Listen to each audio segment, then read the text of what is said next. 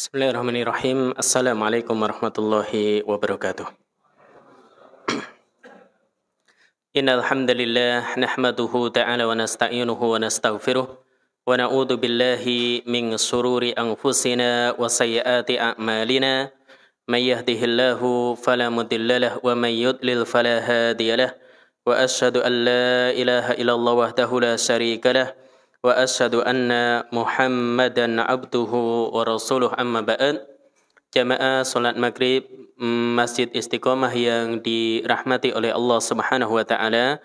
Alhamdulillah pada malam hari ini kembali kita bisa melanjutkan membaca hadis-hadis yang dibawakan oleh Al-Hafidz Abdul Ghani Al-Maqdisi rahimahullahu taala dalam kitab beliau Umdatul Ahkam, masih dalam babus siwak. Kita masuk hadis ihtibabus siwak indal qiyam minan naum.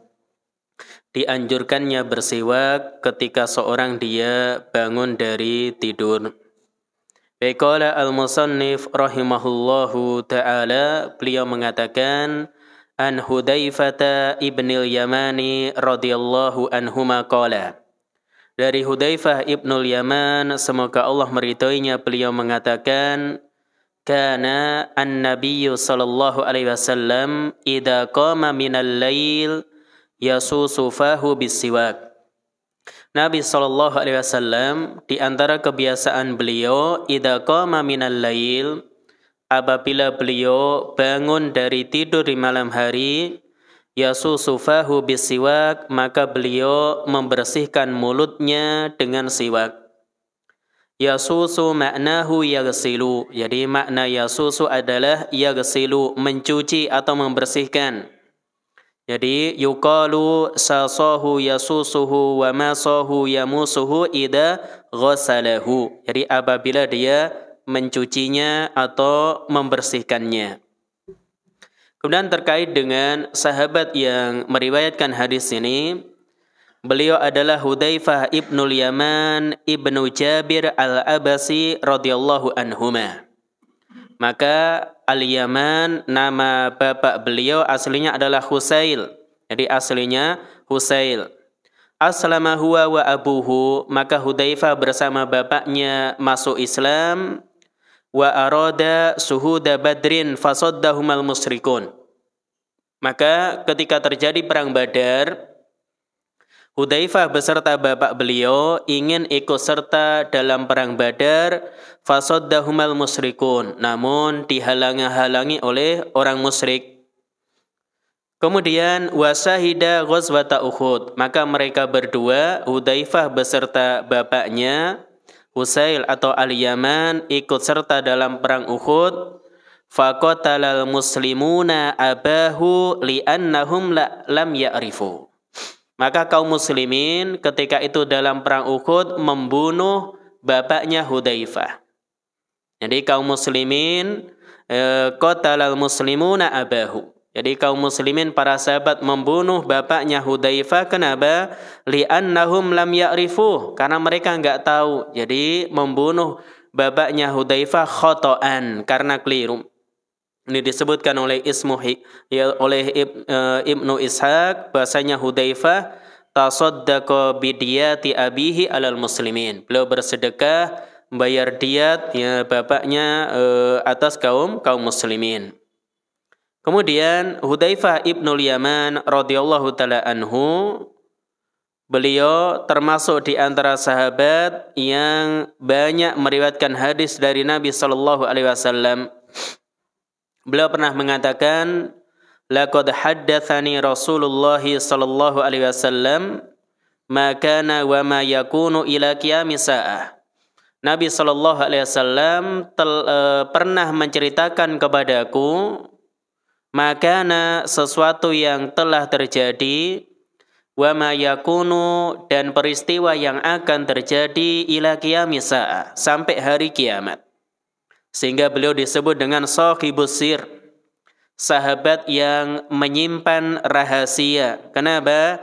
Li'anna an-nabiyya sallallahu alaihi wasallam asarra ilaih bi asma'il munafikin. Karena Nabi menyebutkan orang-orang munafik kepada beliau. Jadi orang-orang munafik yang ada di kota Madinah itu disebutkan nama-namanya oleh Nabi SAW kepada salah seorang sahabat, yaitu Hudzaifah ibnul Yaman. Alladzina aradu al-makra bin Nabi SAW fi marji'ihi min Tabuk. Yaitu orang-orang munafik yang hendak melakukan makar kepada Nabi setelah Nabi SAW kembali dari Tabuk. Walida, oleh karena itu, faqad kana Umar radhiyallahu anhu yas'aluhu anil munafikin. Maka sahabat Umar bin Khattab kalau tanya siapa orang-orang munafik, maka tanyanya kepada Hudzaifah ibnul Yaman. Wa kana Umar yangduru ilaihi inda mauti man mata minhum. Maka ketika ada orang yang meninggal dunia, maka Umar melihat Hudzaifah. Ini Umar melihat sikap Hudzaifah seperti apa.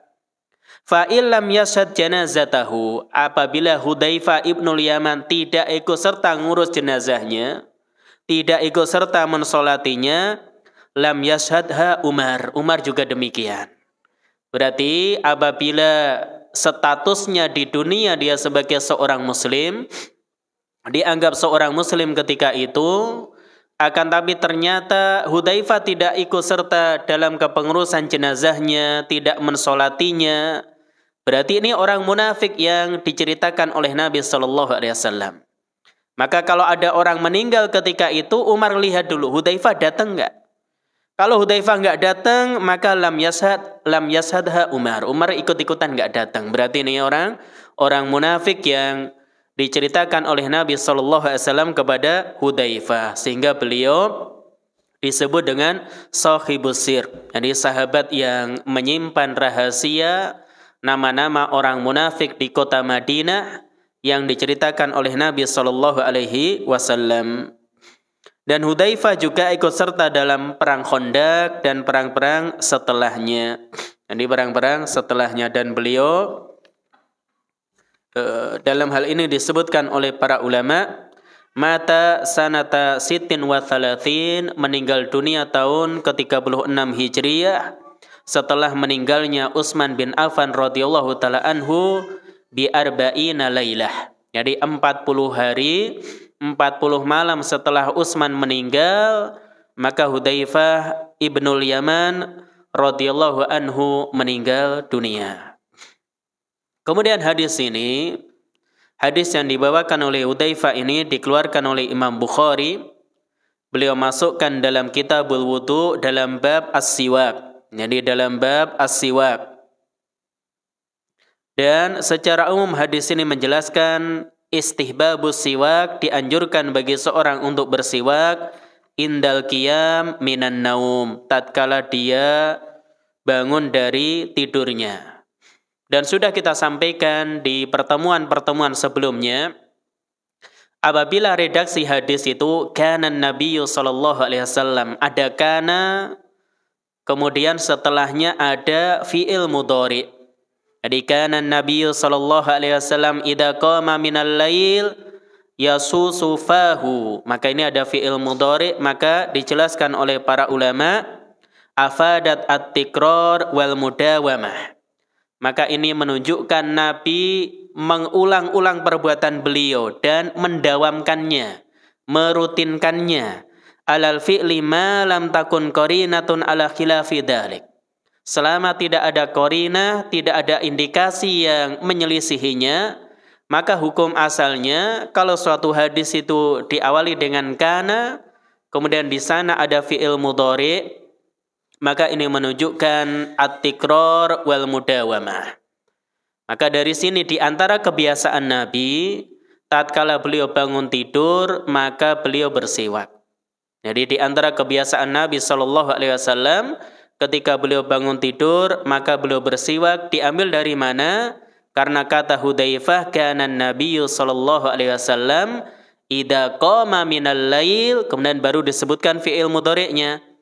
Yasusu fahu bisiwak, beliau mencuci atau membersihkan mulutnya dengan siwak. Baik, kemudian di dalam hadis ini dikatakan idza qama minal lail, apabila beliau bangun di malam hari.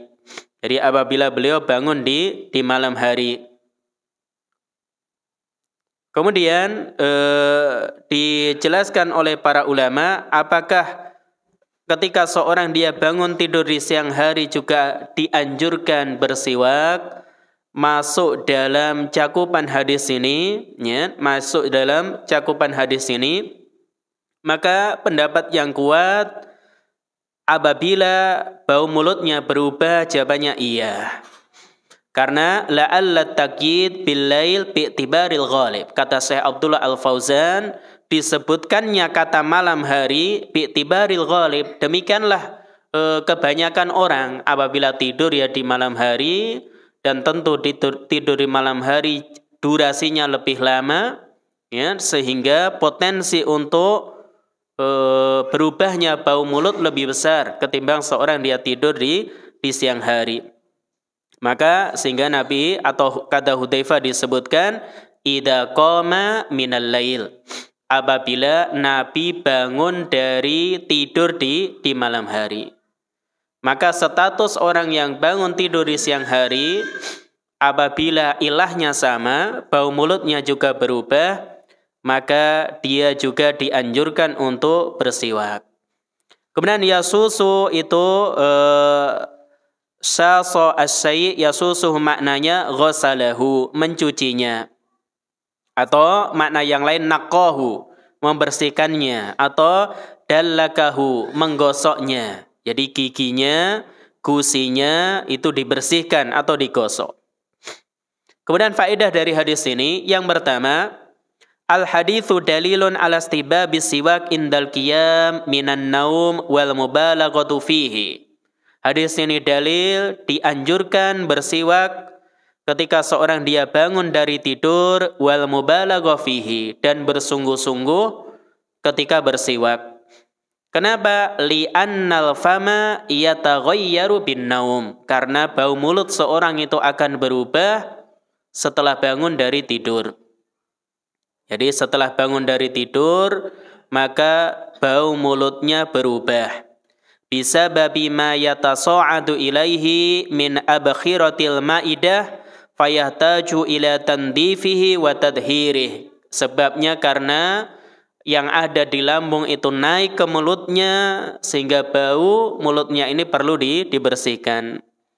Wa idza kana kadzalik, apabila ilahnya alasan bersiwak itu demikian, fala farqa baina naumil lail wan nahar.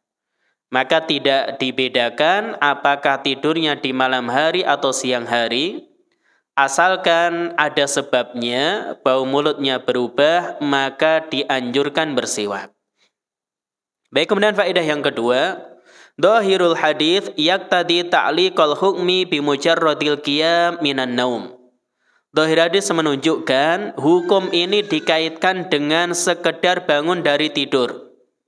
Fayakunu aman fi kulli halatin. Maka ini sifatnya umum dalam setiap keadaan. Sawa'un akanal qiyamu lis-shalah am li ghairiha. Apakah orang bangun tidur di malam hari ingin mengerjakan sholat malam atau tidak, tetap dianjurkan bersiwak. Wa yu'ayyidu hada, dan ya di antara yang menguatkan hal ini, annal gharada minas siwak an-nadhafah. Tujuan bersiwak adalah an-nadhafah, membersihkan mulut. Wa hiya matlubatun fi kulli halin. Maka bersihnya mulut ini dianjurkan, dituntut dalam setiap keadaan. Adapun riwayat yang mengatakan idza qama litahajjudi minal lail, apabila Nabi bangun di malam hari untuk sholat tahajud, maka dikhususkan bersiwak kalau orang dia ingin sholat tahajud. Kalau tidak ingin sholat tahajud, bangun di malam hari, tidak dianjurkan bersiwak. Maka kita bisa katakan, kata beliau, fa'anha jawaban. Ada dua jawaban untuk menyikapi riwayat ini. Al-awwalu, yang pertama, kata Syekh Abdullah Al-Fauzan, anna hadha min babil hukmi ala ba'di afradil am bi hukmil am. Maka ini termasuk cakupan hukum atas sebagian dari afradil am, unsur sesuatu yang umum, bi hukmil am, dengan hukum umum. Wa hadza la yaqtadi takhsis, sehingga tidak memberikan faedah pengkhususan. Jadi tidak memberikan faedah pengkhususan. Artinya seorang dia tetap dianjurkan untuk bersiwak ketika bangun dari tidur di malam hari, baik dia ingin sholat malam ataupun tidak. Jadi baik dia ingin sholat malam ataupun tidak. Tentu apabila ingin sholat malam, sholat tahajud, lebih dianjurkan bersiwak. Jadi lebih dianjurkan lagi untuk bersiwak. Oleh karena itu sudah kita bahas sebelumnya, Nabi katakan, laula an asyqa ala ummati la amartuhum bisiwak inda kulli sholatin. Seandainya tidak memberatkan umatku, niscaya aku perintahkan mereka bersiwak inda kulli sholah, setiap kali akan sholat. Maka di sini bangun di malam hari untuk sholat tahajud itu bagian dari bangun di malam hari. Maka ini bukan berarti ini mengkhususkan yang umum tadi. Atsani, yang kedua, anna hadza jara 'alal ghalib min ahwalin nabi. Inilah mayoritas kondisi Nabi sallallahu alaihi wasallam. Jadi kebanyakan kondisi Nabi kalau bangun di malam hari ya untuk sholat tahajud. Wa annahu kana idza qama minal lail yatahajjadu. Maka Nabi itu apabila bangun di malam hari ya untuk sholat tahajud. Wa ala hadza, maka menimbang hal ini, fal haditsu yadullu ala istihbabi siwak indal qiyam minan naum. Hadis ini menunjukkan dianjurkan bersiwak ketika seorang bangun tidur. La siyama, terlebih lagi, liman yuridus sholah, bagi orang yang punya niat, punya keinginan untuk mengerjakan sholat malam. Litakuna sholatuhu ala akmalil wujuh minan nadhafah, supaya sholatnya tersebut ala akmalil wujuh minan nadhafah, itu berada pada kebersihan yang terbaik, yang sempurna. Maka ini alasannya bahwasanya pengkhususan atau ketika ada hadis yang mengatakan idza qama litahajjudi minal lail, berarti siwak di malam hari itu dianjurkan apabila seorang dia bangun ingin sholat tahajud. Apabila tidak ingin sholat tahajud, berarti tidak dianjurkan bersiwak. Maka ini tidak tepat dengan dua alasan tadi. Jadi dengan dua alasan tadi. Kemudian kemungkinan yang lain, wa yuhtamalu annal murad, dan bisa jadi ada kemungkinan yang lain yang dimaksud idza qama minal laili lis-shalah, apabila Nabi bangun di malam hari untuk sholat. Ini masuk dalam pembahasan usul fiqh hamlul mutlak alal muqayyad, yaitu membawa makna yang mutlak kepada makna yang lebih spesifik. Ini yang makna yang masih umum kepada makna yang lebih spesifik. Liwuduhi riwayatil Bukhari fi hada, karena riwayat Bukhari dalam masalah ini lebih jelas. Wa amma kaunus siwaki matluban fi kulli halin, kan tapi bersiwak itu dituntut dalam semua keadaan, wala siyama fi halatil qiyam minan naum, terlebih lagi ketika seorang dia bangun dari tidur. Baik, kemudian faedah yang ketiga, fil hadithi dalilun ala masru'iyyati siwak inda taghayyuri raihatil fam. Hadis ini dalil yang menunjukkan dianjurkan bersiwak setiap kali bau mulut seorang itu berubah. Jadi ketika bau mulut seorang gak enak, meskipun tidak bangun dari tidur, maka masru'iyatis siwak, dianjurkan baginya bersiwak.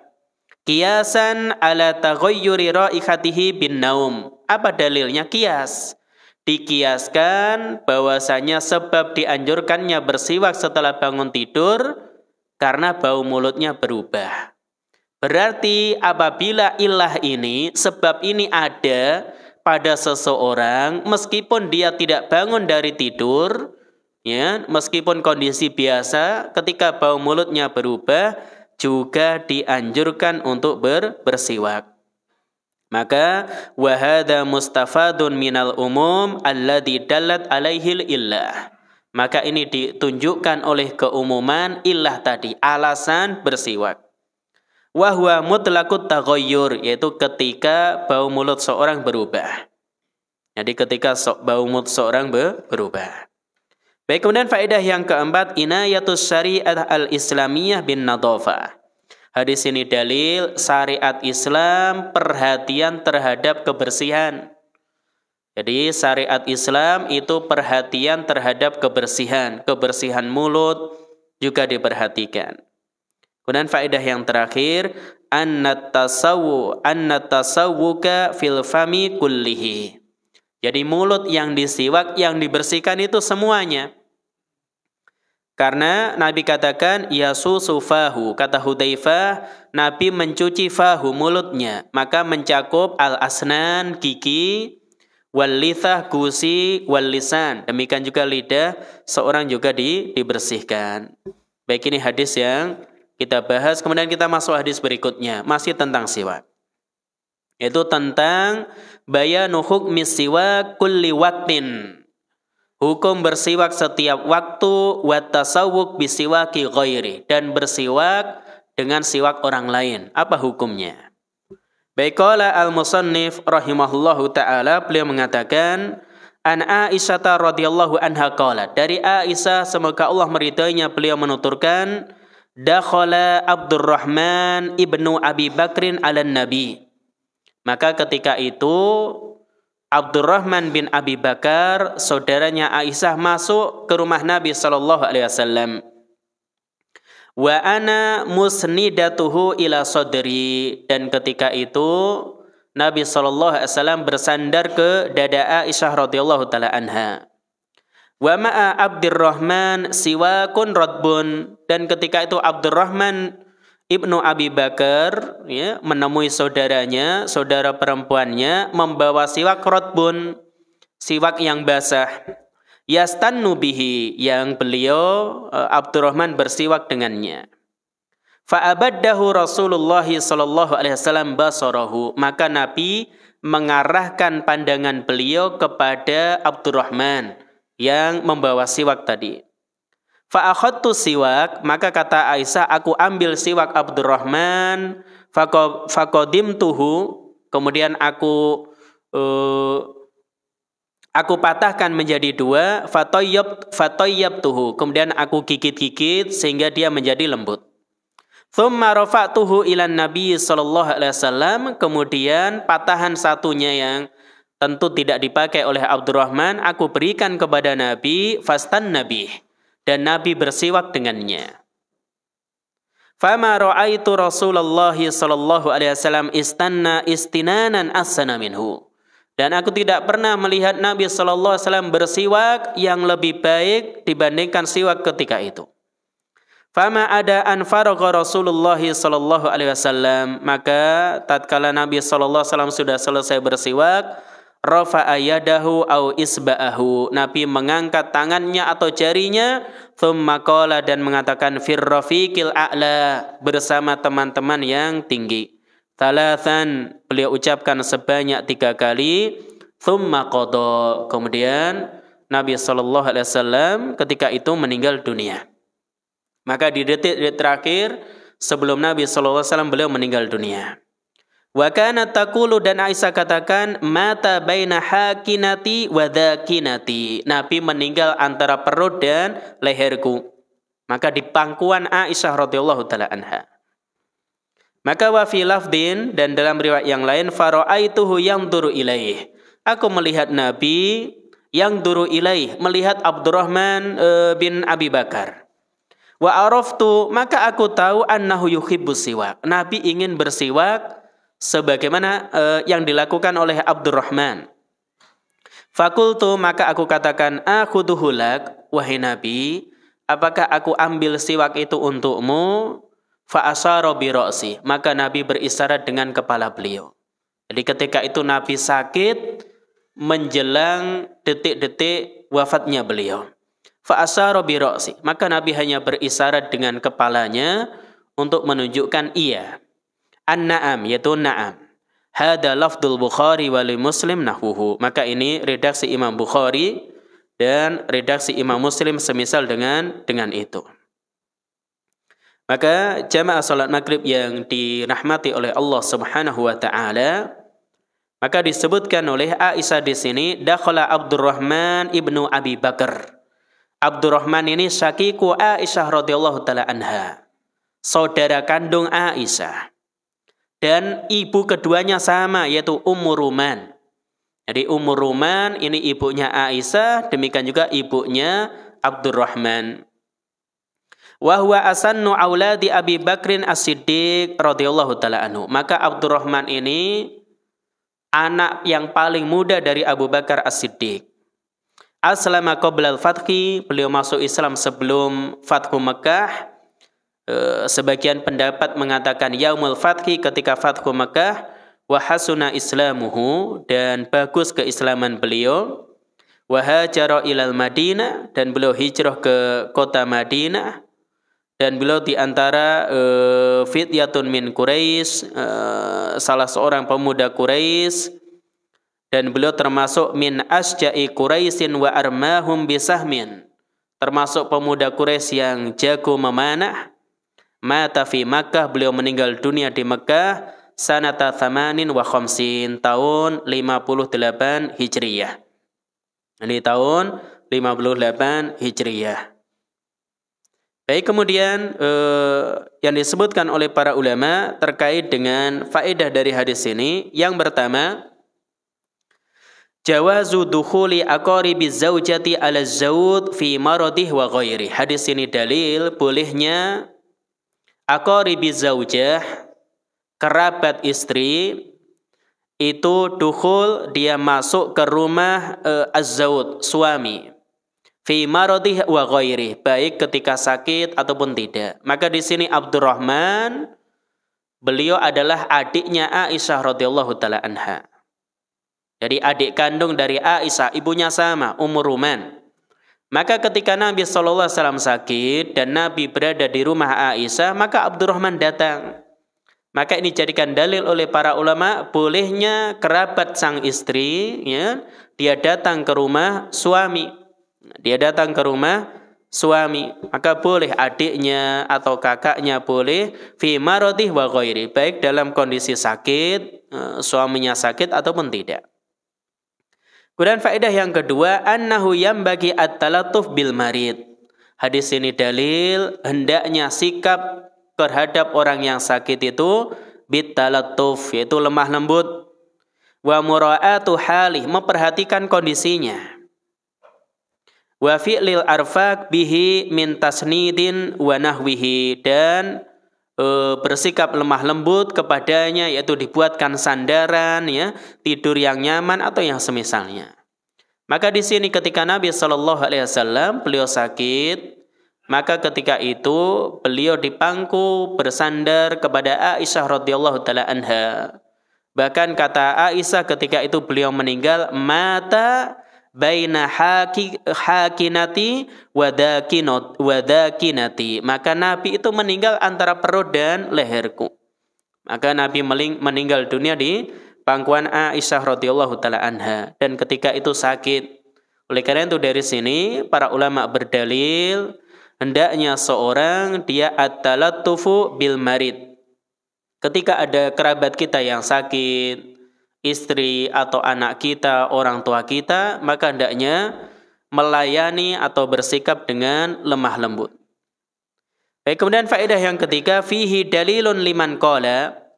Hadis ini dalil bagi ulama yang berpendapat yustahabbu ayyakuna siwaku rotban. Siwak itu dianjurkan dalam kondisi basah. Yang siwak itu ketika bersiwak, kalau pakai kayu arok itu, maka dianjurkan dalam kondisi basah. Yang dianjurkan dalam kondisi basah. Oleh karena itu tadi disebutkan bahwasanya setelah Aisyah radhiyallahu taala anha, atau di situ wa ma'a Abdurrahman siwakun rotbun, ketika itu Abdurrahman membawa siwak yang basah. Demikian juga fa akhadtu siwak faqadimtuhu, aku ambil siwaknya Abdurrahman, aku patahkan menjadi dua, fatayyabtuhu, maka aku gigit-gigit, kata Aisyah, sehingga menjadi lembut. Ini sehingga menjadi lembut. Kemudian wakila, pendapat yang kedua, innal yabis al-munaddi bil ma aula minar radbi. Jadi siwak yang kering, ya, siwak yang kering itu lebih baik dibandingkan siwak yang basah. Tapi wallahu a'lam bishawab, terkait dengan hal ini sebagaimana disebutkan oleh An-Nawawi rahimahullahu taala, wal mustahabbu an yastaku biudin mutawasid. Yang dianjurkan itu bersiwak dengan kayu arok yang pertengahan. Aila sadidil yabas fayujrih wala radbin la yuzil. Maka tidak terlalu kering sehingga bisa melukai gusi misalkan, melukai mulut. Wala radbin atau basah la yuzil sehingga tidak bisa membersihkan mulutnya. Maka yang pertengahan, ini pendapat Al-Imam An-Nawawi rahimahullahu ta'ala dalam syarah Sahih Muslim. Baik, kemudian faedah berikutnya, masru'iyatu siwak fi kulli waqtin. Hadis ini dalil dianjurkan bersiwak setiap waktu. Kenapa? Li'anna Nabiyya sallallahu alaihi wasallam aqarra Abdurrahman alaih. Karena Nabi sallallahu alaihi wasallam ketika itu menyetujui apa yang dilakukan oleh Abdurrahman. Atau paling tidak Nabi tidak mengingkarinya. Jadi ketika itu Abdurrahman bertamu ke rumah Nabi SAW membawa siwak rotbun yang kondisinya basah. Kemudian Abdurrahman bersiwak dengannya, Nabi tidak mengingkarinya. Maka ini menunjukkan masru'iyatus siwak fi kulli waqtin. Dianjurkan bersiwak setiap waktu. Dan ini lebih dianjurkan lagi ketika taghayyurul fam, jadi bau mulut seorang dia berubah. Dan faedah berikutnya, mahabbatun Nabi sallallahu alaihi wasallam lisiwak. Hadis ini dalil yang menunjukkan Nabi sangat suka bersiwak. Nabi sangat suka membersihkan mulut beliau. Haitsu innahu lam yadhal anhu fi hadhil halah. Padahal ketika itu kondisi Nabi sedang sakit. Bahkan sakit yang menyebabkan wafatnya beliau. Namun ketika melihat Abdurrahman bin Abu Bakar masuk ke rumah beliau membawa siwak, Nabi ingin bersiwak. Maka ini menunjukkan bagaimana kesukaan Nabi SAW untuk lisiwak, bersiwak. Kemudian faedah berikutnya, husnu adabi Aisyah radhiyallahu anha wa ma'rifatuha haitsu arafat gharadan Nabi SAW wa annahu yuridu siwak. Ini menunjukkan bagusnya adab Aisyah kepada Nabi SAW dan beliau tahu ketika Nabi ingin bersiwak. Yani Aisyah tahu. Thumma min kamali ma'rifatiha, kemudian di antara kesempurnaan pengetahuan Aisyah, annaha lam tadfa'hu lin nabi khina akhadathu. Maka Aisyah tidak menyerahkan kepada Nabi ketika mengambilnya. Jadi tidak langsung diserahkan kepada Nabi, bal kasarat tarfahu al-musta'mal, namun yang sudah digunakan oleh Abdurrahman dipatahkan. Thumma qadamathu bi tarfi asnaniha. Jadi kemudian digigit-gigit dengan gigi Aisyah. Kemudian walayyanathu, supaya itu lebih lembut, hatta sara salihan lil isti'mal, sehingga mudah untuk digunakan. La siyama annahu sallallahu alaihi wasallam kana fi halati dhafin, karena ketika itu Nabi dalam kondisi lemah, dalam kondisi sakit. Maka ini menunjukkan istri yang baik itu istri yang dalam hal ini punya perhatian terhadap suaminya. Jadi sensitif, suaminya butuh apa dilayani ya. Bukan dia cuek, nggak tahu apa-apa ya.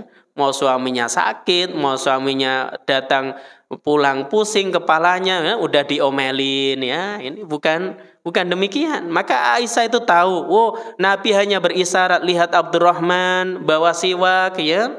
Nabi berisyarat, oh iya, berarti pingin siwak itu. Maka ini juga menunjukkan kecerdasan Aisyah radhiyallahu taala anha, peka ya. Bukan nggak peka ya, orangnya nggak pekaan ya.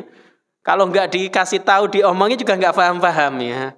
Ini biasanya laki-laki ya. Kalau perempuan biasanya peka. Kalau laki-laki, kalau istrinya nggak ngomong itu, kalau istrinya ngomong terserah kan bingung. Mau apa terserah ya. Terserah itu wah, susah pokoknya. Kalau udah ngomong terserah itu merepotkan suaminya ya. Merepotkan suaminya. Maka Aisyah radhiyallahu taala anha, beliau orang yang cerdas, orang yang peka, tahu apa yang diinginkan oleh Nabi sallallahu alaihi wasallam. Baik, kemudian faedah berikutnya, jawazut tasawuk bisiwakil ghair. Nah, inilah kenapa dimasukkan dalam bab siwak. Hadis ini menunjukkan bolehnya seorang dia bersiwak menggunakan siwak orang lain. Bisyartin alla yasafi dzalika dararan, dengan syarat tidak memudaratkan dia. Oleh karena itu Nabi enggak bersiwak bekas siwaknya Abdurrahman. Tapi dipatahkan dulu yang bekasnya itu sama Aisyah, ya, dipatahkan sama Aisyah, kemudian dibuat baru, ya. Kalau pakai sikat gigi ya sama jadinya. Makanya kalau pakai kayu siwak kayak itu bisa dipatahkan, ya. Bukan setelah sikat gigi orang ini saya minta saya gosok gigi ya, enggak ya. Enggak demikian. Maka bukan berarti Nabi SAW orang yang bahasa Jawanya kemproh ya, bukan ya. Apa kemproh di sini bahasanya? Jorok ya. Enggak demikian, Nabi enggak demikian ya. Maka Aisyah itu tahu dipatahkan kemudian dibuat yang baru ya. Dibuat yang baru, sehingga kata para ulama bisyartin alla yasafi dzalika dararan, dengan syarat tidak memudaratkan. Jadi dengan syarat tidak memudaratkan, sehingga Aisyah setelah mematahkannya jadi kasarathu, seolah-olah jadi siwak baru ya, siwak baru, kemudian digigit-gigit oleh Aisyah supaya bagian ujungnya lembut sehingga bisa digunakan oleh Nabi sallallahu alaihi wasallam. Kemudian faedah berikutnya, al-amal bil isyarah idza kanat mafhumatan. Seorang dia boleh beramal dengan isyarat kalau difahami. Wa qad a'malahal fuqaha fi ghairi ma mas'alatin minal ahras wa ghairihi. Dan para fuqaha ya mengamalkan akan hal ini. Jadi boleh dengan isyarat, sehingga ketika itu Nabi hanya berisyarat dengan kepalanya, an-na'am, yang ini menunjukkan iya. Ini menunjukkan iya. Hanya saja orang dikasih isyarat nggak paham-paham, itu yang masalah ya. Kayak imam ini kasih isyarat subhanallah nggak paham-paham juga ya. Ya, maka ya ini yang jadi masalah. Maka secara isyarat itu apabila mafhumah ya, mudah difahami, maka itu diamalkan.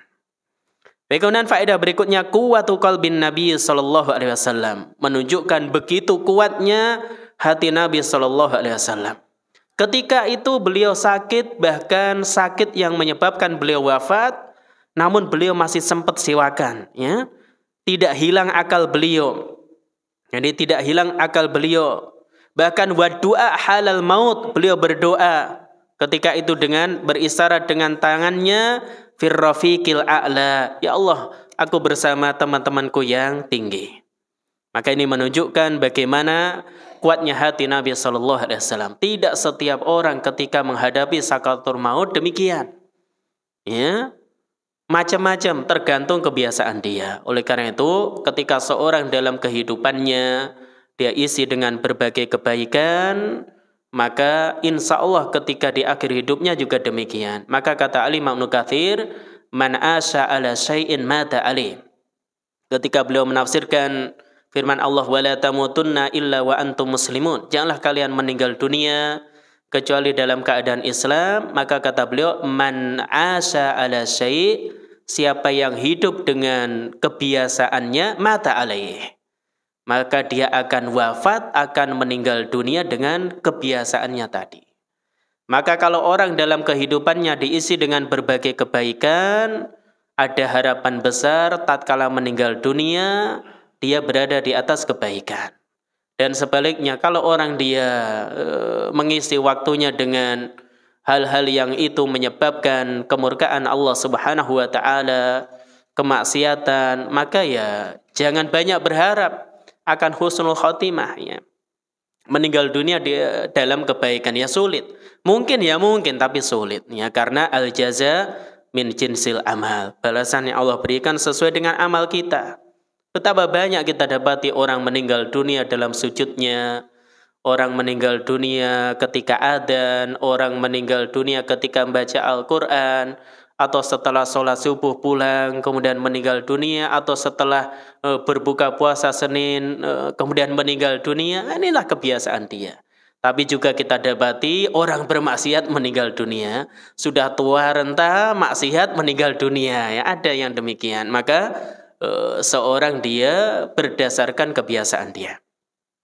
Baik, kemudian faedah berikutnya itsbatu uluwillahi ta'ala fis sama. Hadis ini dalil yang menetapkan Allah itu ada di atas langit. Sehingga Nabi katakan fir rafiqil a'la. Itu untuk menunjukkan Nabi berisyarat dengan jarinya ke atas untuk menunjukkan bahwasanya uluwullahi ta'ala fis sama. Allah ada di atas langit. Kemudian faedah berikutnya fihi dalilun liman qala bijawazi raf'il basar ila sama halad du'a.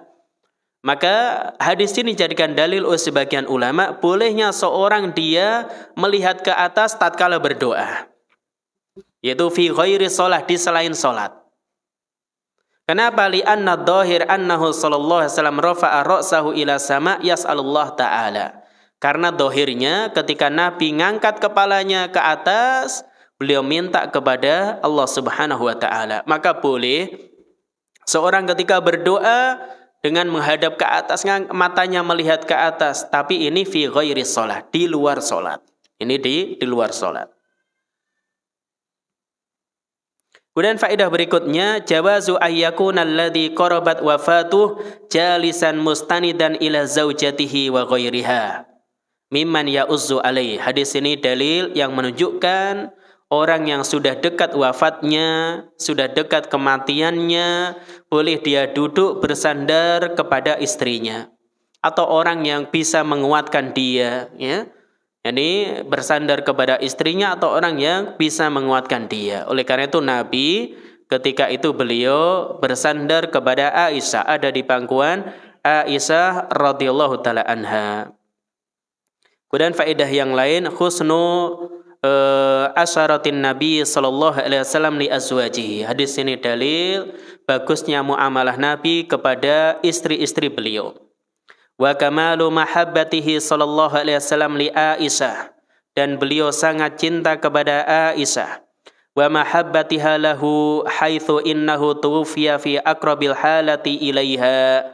Demikian juga kecintaan Aisyah kepada Nabi.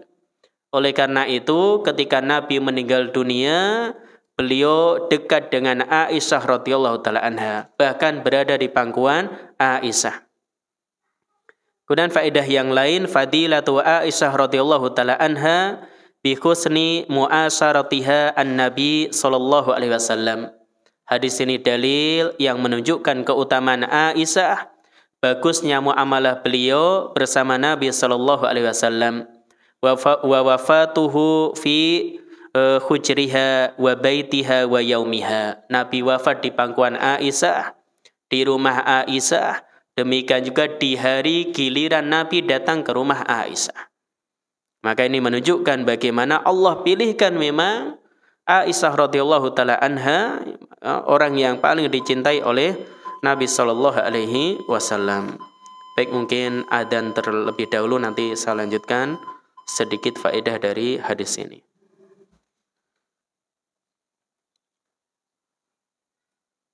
Baik, kita lanjutkan sedikit faedah berikutnya. Kata Syekh Abdullah Al-Fauzan hafizahullahu taala, hirsus sahabah radhiyallahu taala anhum ala nakli ahwalin nabi sallallahu alaihi wasallam ila ummatih. Hadis ini dalil yang menunjukkan antusias para sahabat untuk menukil keadaan Nabi sallallahu alaihi wasallam kepada umat beliau. Liyutimma ittiba'uhu wa ta'assibihi, supaya kita bisa meneladani beliau secara sempurna, supaya bisa mencontoh beliau dengan baik, sehingga ketika menghadapi sakaratul maut, ketika bersiwak, maka para sahabat di antara Aisyah menukil bagaimana yang dilakukan oleh Nabi sallallahu alaihi wasallam ketika itu. Kemudian faedah yang lain, kata Syekh Muhammad bin Shalih Utsaimin, tahadduthul insan bima an'amallahu alaihi la iftikharan walakin syukran.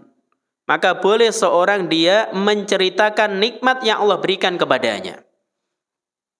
menyebutkan nikmat Allah yang Allah anugerahkan kepadanya. Tapi ingat, la iftikharon, bukan dalam rangka untuk sombong. Walakin syukron, akan tapi dalam rangka untuk bersyukur kepada Allah Subhanahu wa taala. Diambil dari mana? Yaitu ucapan Aisyah, mata baina hakinati wa dakinati. Nabi meninggal dunia antara perut dan leherku. Maka ini Aisyah mengatakan demikian bukan berarti beliau menyombongkan diri. Beliaulah istri Nabi yang paling Nabi cintai, tidak demikian. Tapi dalam rangka untuk syukron, bersyukur kepada Allah Subhanahu wa taala. Kemudian faedah yang terakhir tadi sudah saya singgung, al-amal bil isyarah. Maka boleh seorang dia beramal dengan isyarat. Ini boleh seorang dia beramal dengan isyarat. Ini diambil dari fa'asara bi ra'sih an-na'am. Nabi berisyarat dengan kepala beliau ketika ditawari oleh Aisyah apakah Nabi ingin mengambil siwak Abdurrahman bin Abu Bakar, maka beliau mengatakan iya. Kemudian kata Syekh Muhammad bin Shalih Al-Utsaimin, waliyu'lam, untuk kita ketahui annal isyarata law kanat min ajizin anin nutqi fa innaha mu'tabar. Jadi isyarat yang dilakukan oleh orang yang tidak mampu berbicara, maka itu dianggap. Wala iskala fi dzalik, maka ini tidak ada iskal terkait hal ini. Mithlul akhras, misalkan orang yang bisu, ya, dia nggak bisa ngomong, maka dia hanya berisyarat, maka ini boleh. Wa ammal qadiru 'alan nutqi, adapun orang yang mampu berbicara, ya, fa innahu qad tu'tabar isyaratuhu wa qad la tu'tabar. Terkadang isyaratnya dianggap menurut syariat, terkadang tidak. Kemudian kata beliau contohnya, falau asyara ila dzikrillahi duna an yantiqa bilisani. Seandainya orang yang bisa berbicara dia berzikir dengan isyarat tanpa dengan lisan. Berzikir itu termasuk amalan lisan. Yang terbaik lisan dengan hatinya sama. Tapi seandainya orang dia berzikir, ya, hanya dalam hatinya saja, ya, tanpa diucapkan dengan lisan, padahal dia mampu berbicara, fa inna hadhil isyarah la tu'tabar, maka isyaratnya ini enggak dianggap. Li'annahu qadirun 'ala nutqi, karena dia bisa ngomong, orang ini bisa ngomong. Wa hadza fi haqqillahi ta'ala, dan ini termasuk hak Allah. Amma law asyara ila aqdin nikah ala ibnatihi duna an-nutqi. Misalkan seorang dia berisyarat terkait akad nikah, yaitu atas anak perempuannya tapi tidak mengucapkannya, maka ini juga tidak dianggap. Ini tidak dianggap karena ini muamalah dengan orang lain. Amma ma yakfi fihil isyarah, adapun isyarat yang itu dianggap bagi orang yang mampu berbicara, al-maqsudu minhu mujarradul ifham, yang dimaksud sekedar bisa difahami. Jadi sebagaimana tadi Nabi nganggukkan kepala itu bisa difahami. Jadi bisa difahami. Jadi isyarat yang bisa difahami itu. Oleh karena itu dari keterangan Syekh Muhammad bin Shalih Al-Utsaimin tadi, yang namanya dzikir itu harus diucapkan dengan lisan. Demikian juga membaca Al-Qur'an, ya. Baca Al-Qur'an, ya, ada gerakan lisan di sana. Jadi tidak sekedar seorang dia membaca dalam hati. Jadi maka ini bukan membaca. Jadi yang namanya membaca yaitu berzikir, yang termasuk bagian darinya itu ada gerakan lisan. Oleh karena itu kata Nabi, la yazalu lisanuka radban min dzikrillah. Hendaknya lisanmu senantiasa basah dengan berzikir kepada Allah Subhanahu wa taala. Wallahu a'lam bishawab. Demikian yang kita sampaikan, kita kaji dalam kajian kita malam hari ini. Mungkin sebelum diakhiri masih ada sekitar 3 menit. Kalau ada yang tanyakan silakan. Iya, silakan. Assalamualaikum warahmatullahi wabarakatuh. Waalaikumsalam warahmatullahi wabarakatuh. Pada saat puasa, orang puasa itu aroma mulut berubah, apalagi setelah bangun tidur. Apakah disarankan sebaiknya menggunakan siwak? Sementara dijanjikan bahwa mulut orang yang berpuasa itu kelak lebih wangi dibandingkan minyak kasturi. Mana? Jawabannya iya.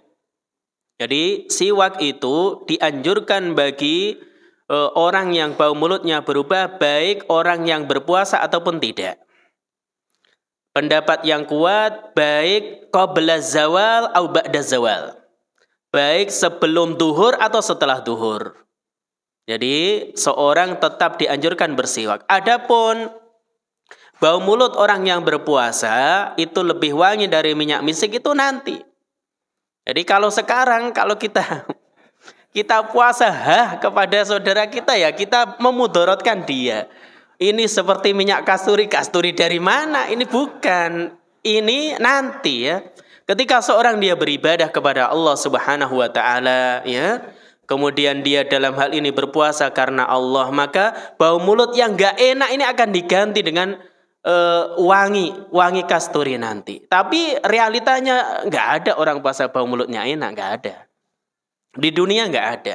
Oleh karena itu, apakah dia tetap dianjurkan bersiwak? Jawabannya iya. Jadi jawabannya iya, tetap dianjurkan bersiwak. Hanya saja sebagian ulama sarankan apabila kita gosok gigi dengan pasta gigi, ya, setelah siang hari karena itu sangat kuat, ya, baunya mungkin rasa minnya atau apanya, maka itu kalau bisa tidak melakukannya. Tapi kalau siwak yang pakai kayu arok itu tetap boleh digunakan. Wallahu a'lam bishawab.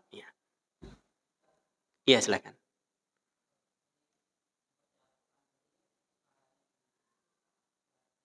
Bukan dikeraskan tapi ada bacaan lisannya, bukan gremeng dalam hati gitu kan, diem aja ya, gitu bukan.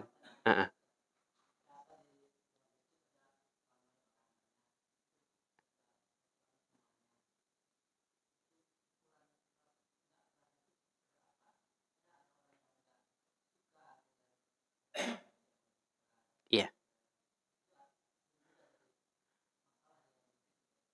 Iya, apabila di suatu masjid itu ada orang yang sholat, maka ketika kita membaca Al-Quran, kita pelankan. Supaya tidak mengganggu orang yang sholat. Kalau nggak ada yang sholat, seorang baca semuanya, baca sendiri-sendiri, ketika itikaf misalkan atau yang lain, silakan. Asalkan ini tidak saling mengganggu. Maka batasannya, yang penting seorang dia mengucapkan dengan lisannya. Dan selama itu tidak mengganggu, maka hukumnya boleh.